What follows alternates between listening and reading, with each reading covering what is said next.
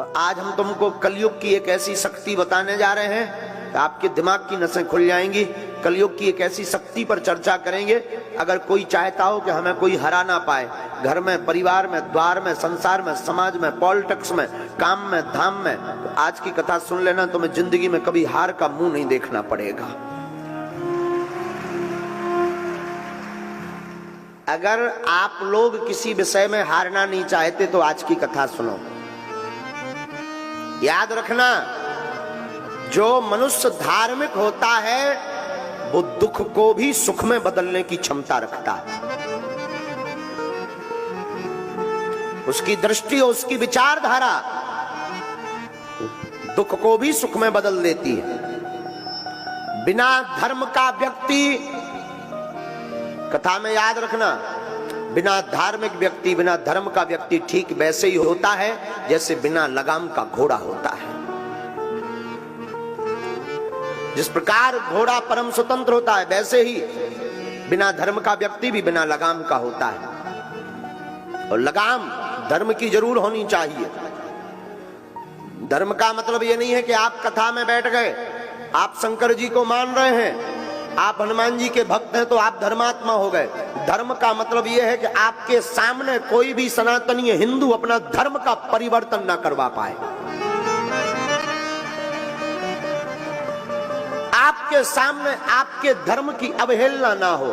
धर्म का मतलब यह है। पर याद रखना, दो धर्मों का कभी झगड़ा नहीं हुआ है, कभी नहीं हुआ है। धर्म तो एक ही है, सनातन वैदिक धर्म, बाकी पंथ हैं। याद रखना मेरे पागलों, दो धर्म का कभी झगड़ा नहीं हुआ। झगड़ा हमेशा धर्म और अधर्म का होता है,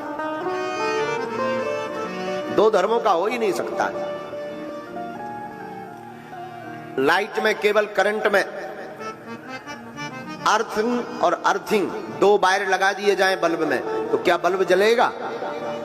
जवाब दीजिए, बोलिए, क्या करना पड़ेगा? अर्थ के साथ फेस देना पड़ेगा। हाँ जी या ना जी? न्यूट्रल के साथ में हाँ जी या ना जी? तभी जलेगा ना। वैसे ही दो धर्म की कभी लड़ाई नहीं होती, लड़ाई हमेशा धर्म और अधर्म की होती है। तो आज हम आपको जो सूत्र देने वाले हैं, तुम अपने कर्म से मत भटको। दुनिया आपके ऊपर क्या कर रही, आपसे क्या कह रही, मत घबराओ।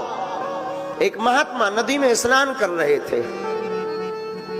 स्नान करते करते वो देखते हैं कि एक बिच्छू बहता हुआ चला जा रहा। महात्मा को लगा कि हमें बचाना चाहिए वरना ये मर जाएगा।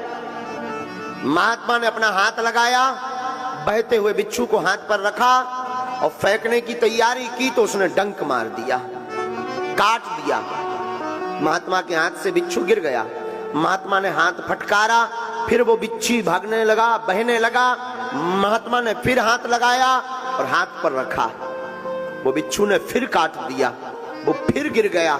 महात्मा ने फिर हाथ फटकारा, विदिन 50 बार बिच्छू ने काटा, हाथ नीला पड़ गया, जहर चढ़ गया, हाथ में सुन्नपन आने लगा।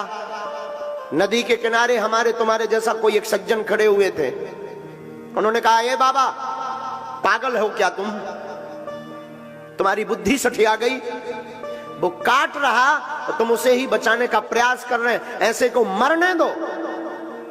क्या जरूरत है उसको बचाने की? जो काट रहा हो, जिसके साथ तुम अच्छा कर रहे हैं वो बुरा कर रहा है, तो क्या आवश्यकता है उसको बचाने की? क्या जरूरत है उसको हाथ पर रखने की? क्या आवश्यकता है? महात्मा ने मुस्कुराकर कहा कि श्रीमान, बात तो तुमने बहुत अच्छी बोली पर यह सोच बहुत छोटी है। श्रीमान याद रखो, जब वो बिच्छू अपनी प्रवृत्ति नहीं छोड़ सकता, बिच्छू जब काटना नहीं छोड़ सकता, तो साधु बचाना कैसे छोड़ देवे? वो अपना काम कर रहा, हम अपना काम कर रहे।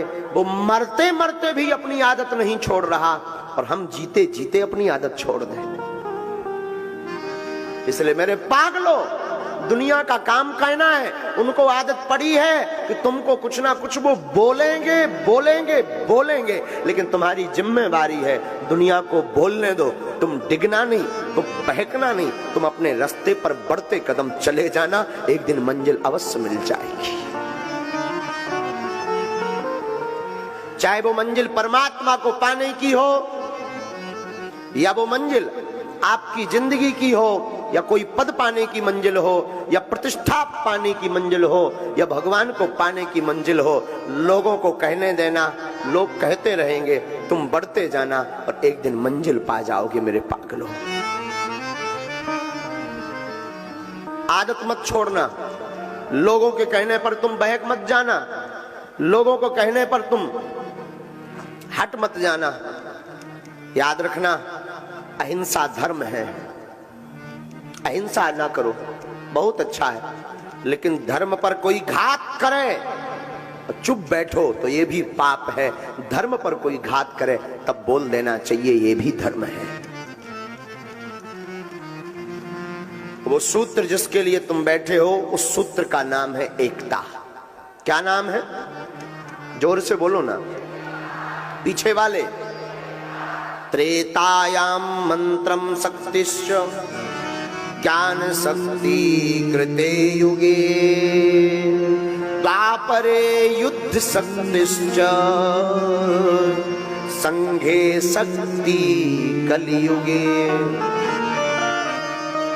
त्रेता युग में मंत्र की शक्ति थी, सतयुग में ज्ञान की शक्ति थी। जो त्रेता में मंत्र जानता था वो बलवान था, सतयुग में जिसको ज्ञान था वह बलवान था। पर द्वापरे युद्ध शक्तिश्च, द्वापर युग में जो युद्ध जीतने की कला जानता था वह बलवान था। लेकिन कलयुग में ये तीनों नहीं है, कलयुग में संघे शक्ति कलयुगे, कलयुग में एकता ही शक्ति है, वही बलवान है। जिसकी एकता वो बलवान। इसलिए साधुओं, एकता चाहे घर की हो, परिवार की हो, भाई भाई की एकता हो, या फिर समाज की एकता हो, अथवा हिंदुओं की एकता हो, जो एकता पर बल देता है उससे पूरी दुनिया हार जाती है। कलयुग का प्रभाव, कलयुग में जिसकी महिमा है वो एकता की।